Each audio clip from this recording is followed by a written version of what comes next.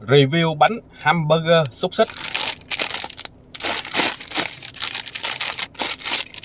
Bên trong sẽ là một chiếc bánh hamburger, cái gói xúc xích nha cả nhà.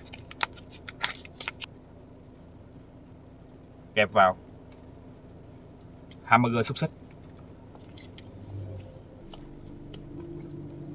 Bánh hamburger này khá là tiện lợi luôn cả nhà. Ăn cũng khá là ngon đó nha.